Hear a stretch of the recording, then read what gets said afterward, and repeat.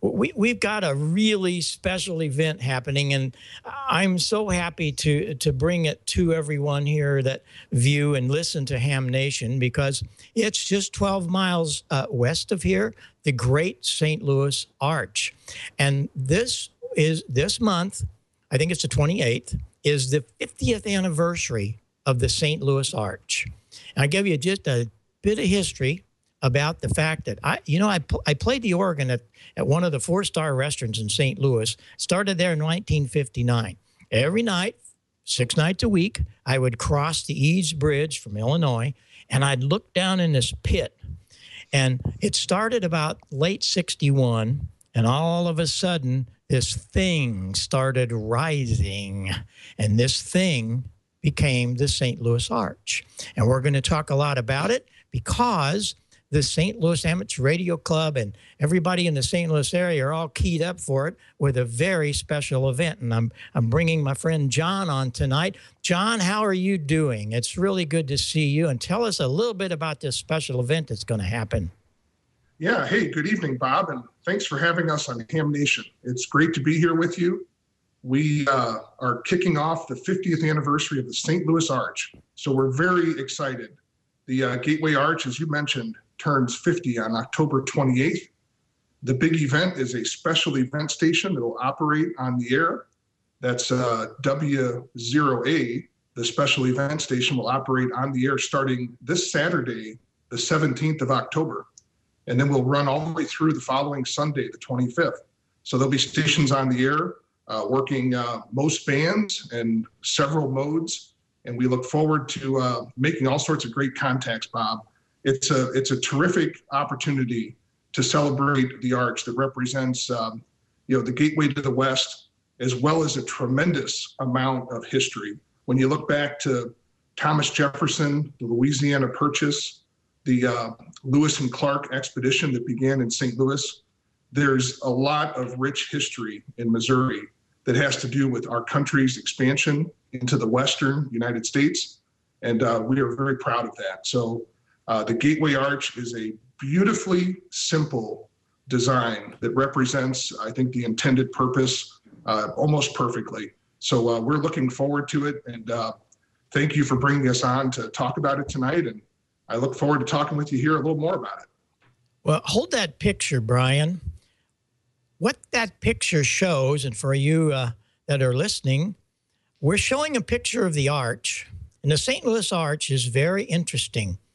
It is a cantilever where it's as high as it is wide. And that's how it was designed by Errol Saarinen. There was a really neat thing that happened back in, gosh, I think it started in the 40s, where they had a contest and to find out who could design it. And that picture you're seeing tells you how they designed it.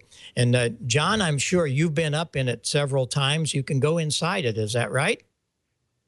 That's right, Bob. And I think for people that live in St. Louis, anytime there is a friend or family member that's never been to St. Louis or never been up in the Arch, it's an opportunity to go and visit it. I recall that one of my good friends and his wife visited, and we showed up on the Arch grounds, and he somewhat really jokingly commented that you guys have the largest croquet wicket in the entire world, which I found funny. And people love to visit it. The Arch has 2 trams. They're not an elevator, but it's a specially designed tram that cantilevers in order to make the turn up the Arch. So there are tours that go up to the top of the Arch, I think, year round. And even the Arch is under construction right now. And the tours up to the top of the Arch have continued. So, yes, you can go up and look out the windows.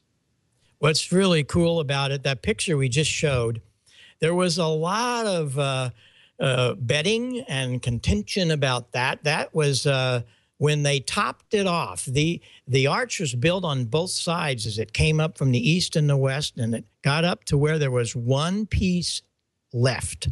And they had to take water and on each side of it run cold water to cause it to relax a little bit.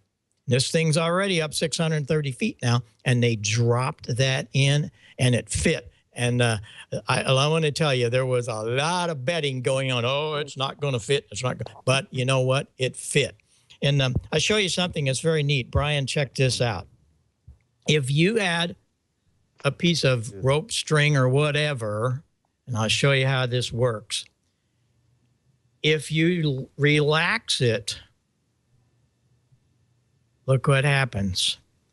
From here to there will be the same height as from here to the top of it. And they just inverted that, and that's how Errol Saarinen designed the St. Louis Arch. Now, how they got it all put together with the triangles that all went up, there was just a ton of things going on. They had a lot of construction, and it was really, really cool to watch it go up. And we're very proud of it here in St. Louis. And that I just wanted you to share some of the events that went on to make it. But we're here to talk about this special event this weekend.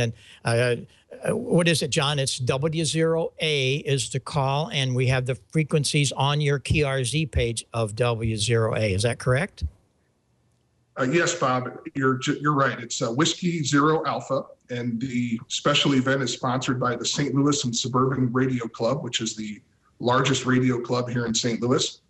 And we kick things off on Saturday. So we're doing a fun event, because I heard you guys mention the Jamboree on the Air briefly. We're going to be operating out of a park in Olivet, Missouri, and we'll be having scouts over for Jamboree on the Air.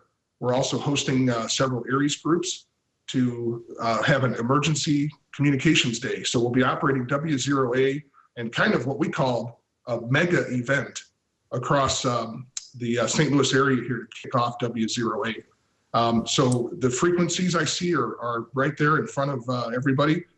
These are the target frequencies, so look for us throughout the week. So we start on Saturday, and then we'll continue Sunday through the following Sunday. We've got several club members that will be working W0A from their home station. So we really want to log a lot of contacts. I think we'll build some excitement about this, and it'll be a lot of fun for not only us in the club and the St. Louis area, but a tremendous amount of fun for everybody that works us around the country and around the world. Very good. Well, I hope that a lot of people that didn't know all the history of the St. Louis Arch, you look it up on Google and some of the things that are on the website of W0A, learn a little bit more about it. It was an engineering marvel, and I'm so proud to be part of it as I watched it grow for those many years, driving across every day back and forth to work. It was cool.